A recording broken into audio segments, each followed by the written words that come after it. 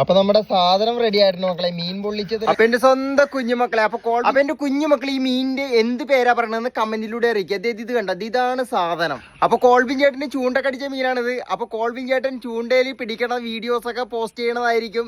നല്ല സൈസ് മീനാണ്, നല്ല പുഴ മീൻ, നല്ല കിടിലൻ കിടുക്കാച്ചി, വേറെ ലെവല് ഫ്രഷ് സാധനം മക്കളെ. അപ്പൊ കോൾബിൻ ചേട്ടൻ ഇതിനെ പറയണത് ചെമ്പല്ലി എന്നാണ്. എന്റെ കുഞ്ഞുമക്കളൊക്കെ ഇതിന് എന്ത് പേരാണ് പറയണെന്ന് കമന്റിലൂടെ അറിയിക്കുക. ഇതാണ് ഇതിന്റെ മുഖം കാണിച്ചു തരാം. അതെ, ഇതാണ് കണ്ണും ചെമ്പല്ലി, കരിമീൻ, ചെമ്പല്ലി, ഇങ്ങനെയൊക്കെയാണ് വന്നത് പുഴയിലത്തെ മീനുകൾ.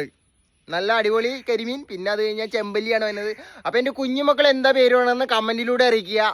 നോക്കട്ടെ ഇതിന് എന്ത് പേരാണ് എന്റെ കുഞ്ഞുമക്കൾ പറയണതെന്ന്. കാക്കകൾ ഭയങ്കര കരച്ചില് ഇതിനെ കൊണ്ടുപോകാൻ വേണ്ടി. കൊണ്ടുപോയി കഴിഞ്ഞാൽ ഒരു കാക്കൻ അടുത്ത ആഴ്ച ഞാൻ തട്ടും, ഉറപ്പാണ്.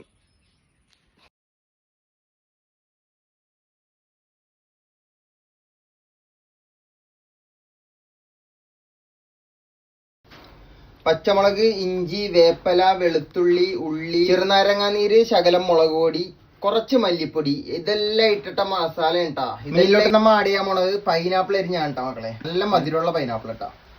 അതിന് മുകളിലോട്ട് ശകലം പച്ച വെളിച്ചെണ്ണ ഒഴിച്ചു കൊടുക്കാം മക്കളെ.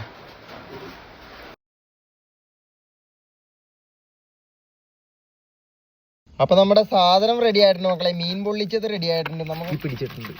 ഓ എന്റെ അമ്മ, ഒരു പീസ് അങ്ങോട്ട് കിള്ള മക്കളെ. ഇതേണ്ട, ഓ സൂപ്പർ സാധനം. ഫ്രഷ് ചെമ്പല്ലി ആയതുകൊണ്ടാണ് കേട്ടോ ഇങ്ങനെ ചെയ്തത്, ഇല്ലെങ്കിൽ ചെയ്യൂല.